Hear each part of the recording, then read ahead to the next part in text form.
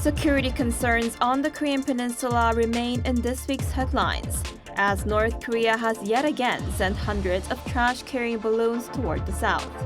This comes as South Korea and the United States wrapped up their amphibious landing exercises, and as Japanese Prime Minister Kishida made a farewell visit to Seoul.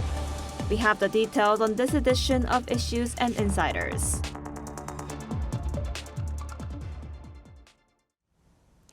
Hello and welcome to Wednesday's edition of Issues and Insiders. It's September 11th here in South Korea. I'm Bae Eun-ji.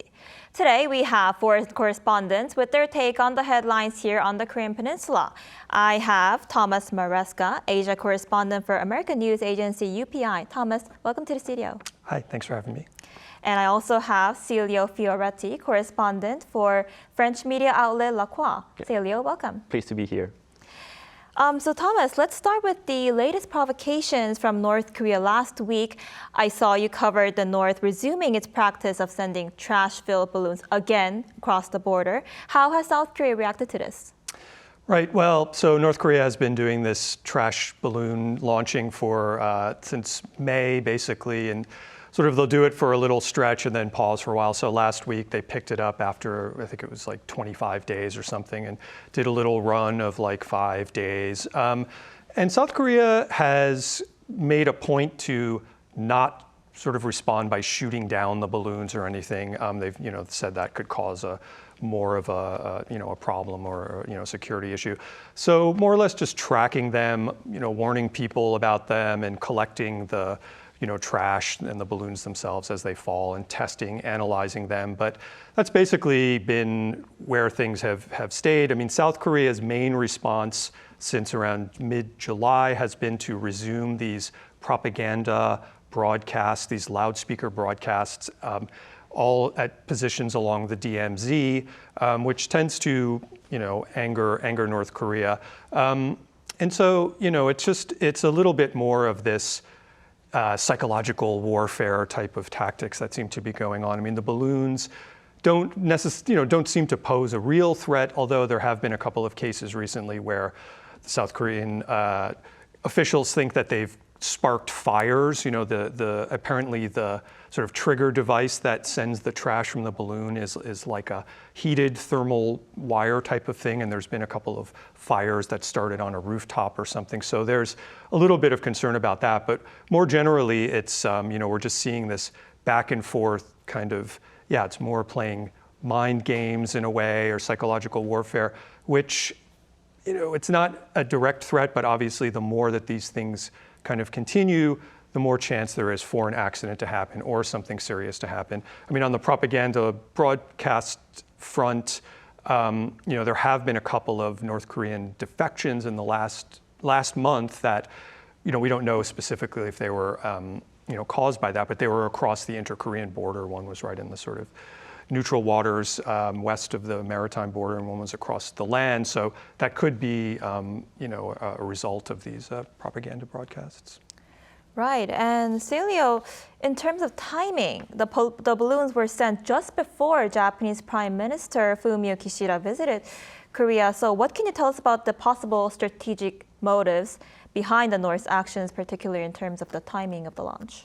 Well, North Korea usually times its provocation according to US-Korean military drills or any visit of an official in Korea. It's a way for North Korea to attract the attention on itself and maybe weigh in the discussion happening at the time. As you mentioned, the most recent wave of balloon was during Prime Minister Kishida visiting Seoul for a 2-day visit, meeting with South Korean President Yoon Suk-yeol on September 6th. The two discussed the importance of cooperation between Korea and Japan, and also with the United States, to respond to North Korean nuclear issue. I do believe this is a way used by North Korea to remind everyone in the room they're just next to it, just right across the border, and the danger is real. However, I'm not sure about the effect it has on the actual discussion and the relationship between the US and Japan. Kim Jong-un has also revealed recently the regime is working on new ICBM, intercontinental ballistic missile, something larger than previous design that also use solid fuel, which means it can be ignited way quicker than the usual. Kim Jong-un also vowed to produce before 2025 a missile with a 15,000 kilometer range, so it will be able to target almost everything on Earth. However, this announcement is has more an effect on the discussion. Maybe the US, Japan, Korea will shift their strategy a little bit to adapt to this new thing. So that I think that's really the most important thing in the later days. Right, the new weapon, it does sound really concerning. And Thomas, North Korea has been sending these balloons for months now, like you said. And like you mentioned, they're not a real threat to the South. And they haven't carried out attacks that could be a direct threat to the South for a while now, like missile launches, for example. What are your thoughts on this?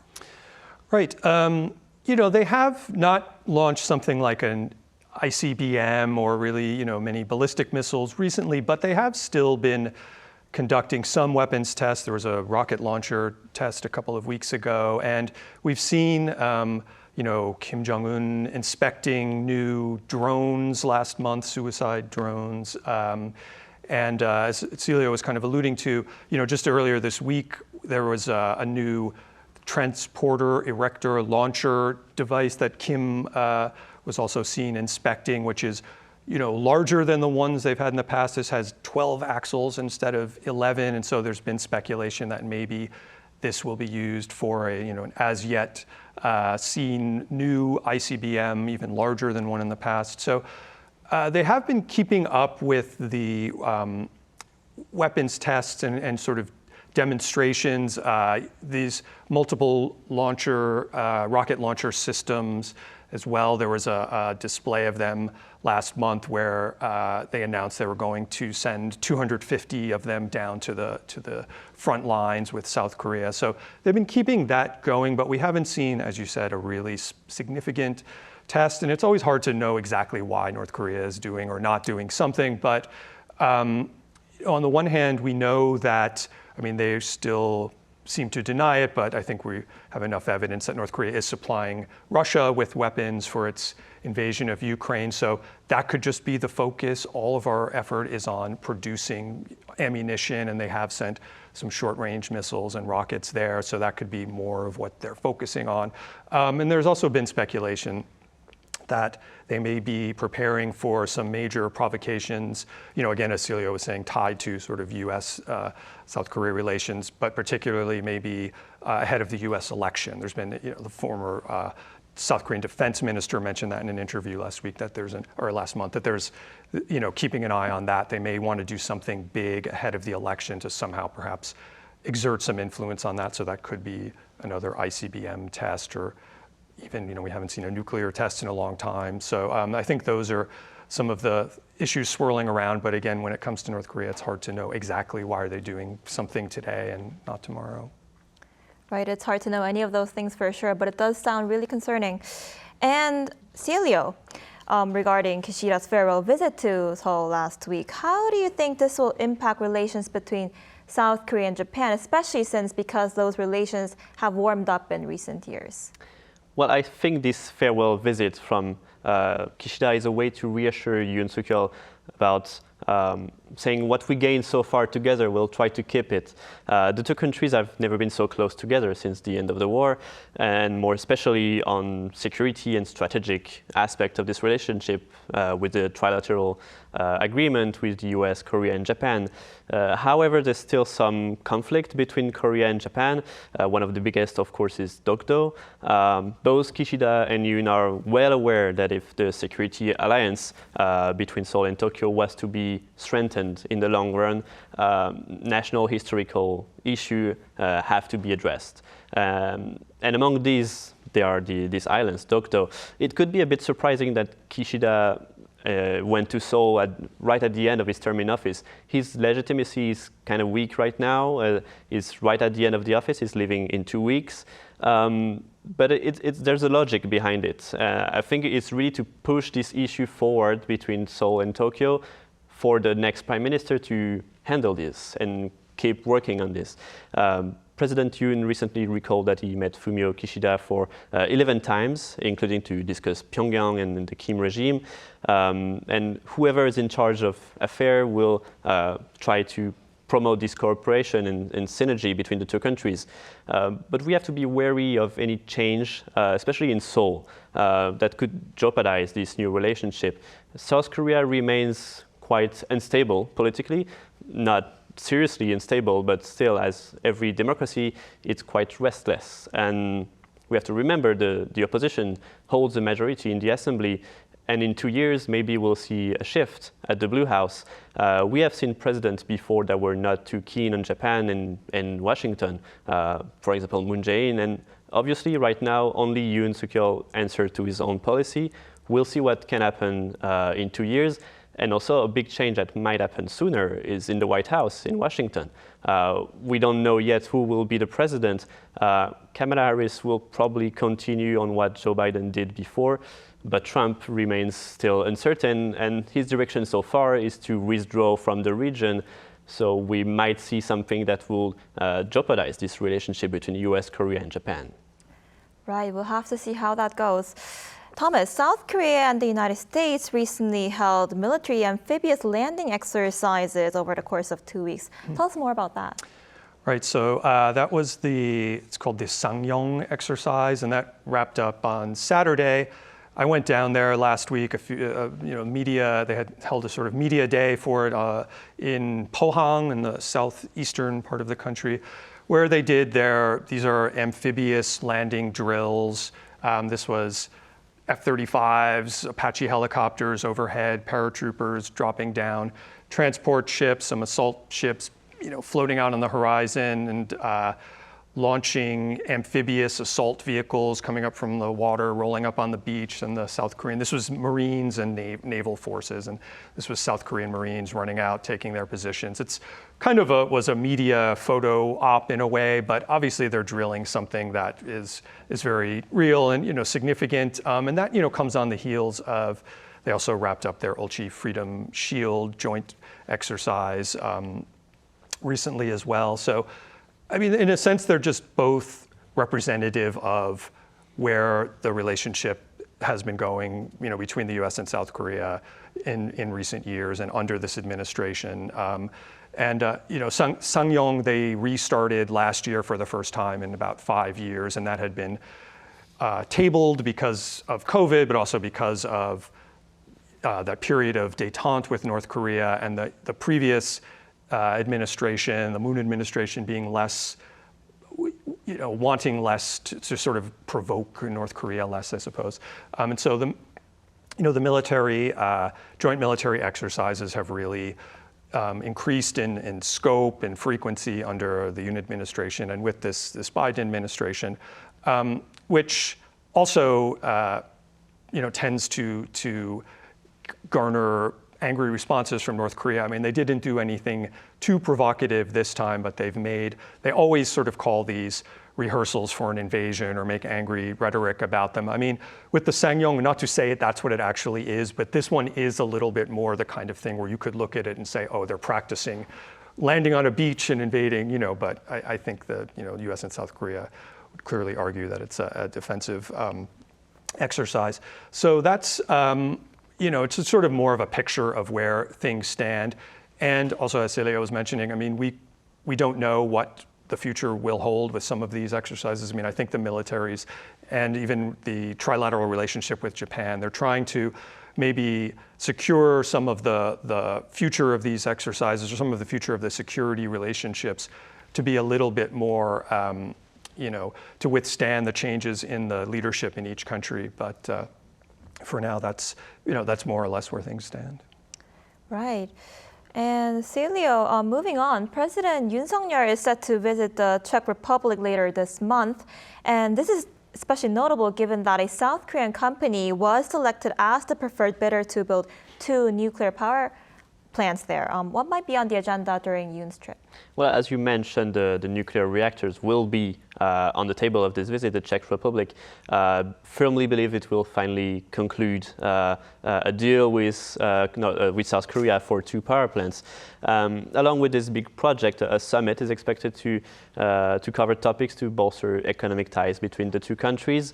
Upon Yoon's visit, the Korea Chamber of Commerce and Industry, the nation's largest business lobby, plans to arrange a business delegation with the 4 biggest chaebol of the country, Samsung Electronics, SK Group, Hyundai Motors, and LG Group. According to Seoul's presidential office, a task force meeting was held on Wednesday to discuss the agenda items for Yoon's visit. The 2 countries may sign an advanced trade agreement called the Trade Investment Promotion Framework, which is to tackle trade challenges and improve trade flow between the 2 countries, supply chains, green initiatives, digital technologies, and biotechnology, sectors that Korea is really strong on. In July, Korea industry minister said a systematic action plan, including the signing of this agreement, has been proposed and will have more meetings during the summer. So I think maybe the conclusion of this story will happen during this visit of Yoon in Czech Republic.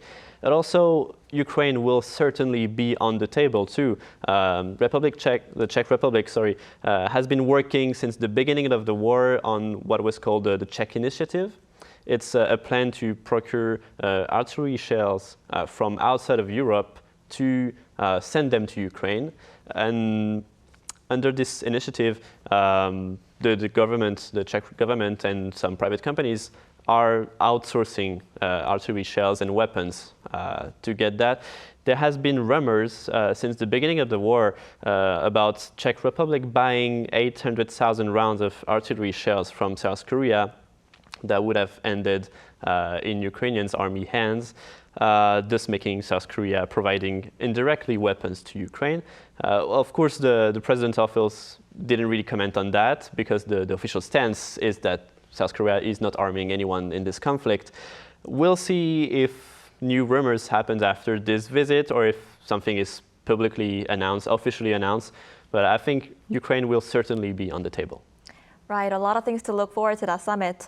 And Thomas, the American nuclear energy firm Westinghouse has appealed against the Czech decision, like we were just talking about, accusing the Korean company of using its technology without authorization. Will this issue be resolved in the near future? And if it does, how do you think this issue will likely be resolved? Right. Yeah. So as you mentioned, this has kind of thrown a wrench into the plan so far. And Westinghouse basically does own the patent on the technology that sort of underlies the Korean nuclear power plants. And basically, the U.S. Department of Energy is the one that has to sort of authorize the sale and deployment of this technology to foreign countries. And so Westinghouse is basically saying you did this without our approval. They tried to bring it to court in the U.S. and a District of Columbia court rejected it, but then they've appealed that decision. And also the Czech kind of antitrust court is looking at it now. And I think they don't expect a decision from that until maybe middle of next year. Basically what I've read and heard about is that from the Korean perspective, and even the Czech defense minister was here recently and said that he was convinced there was going to be a deal secured in the future. And Korea, this is the KHNP, the company that is supplying the reactors.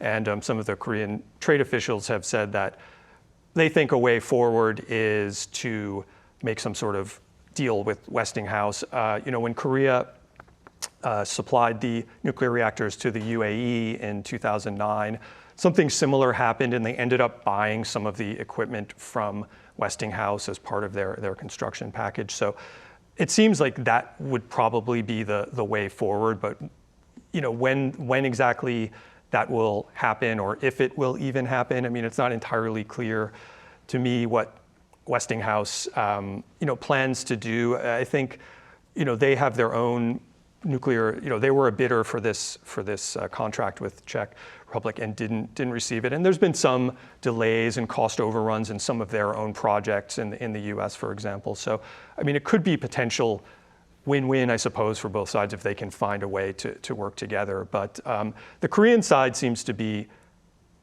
signaling fairly certainly that they will come to some type of agreement, or at least holding it out there as a possibility. And it sounds like some of the Czech representatives have also agreed on that. But for now, it's hard to say exactly when or how it will happen.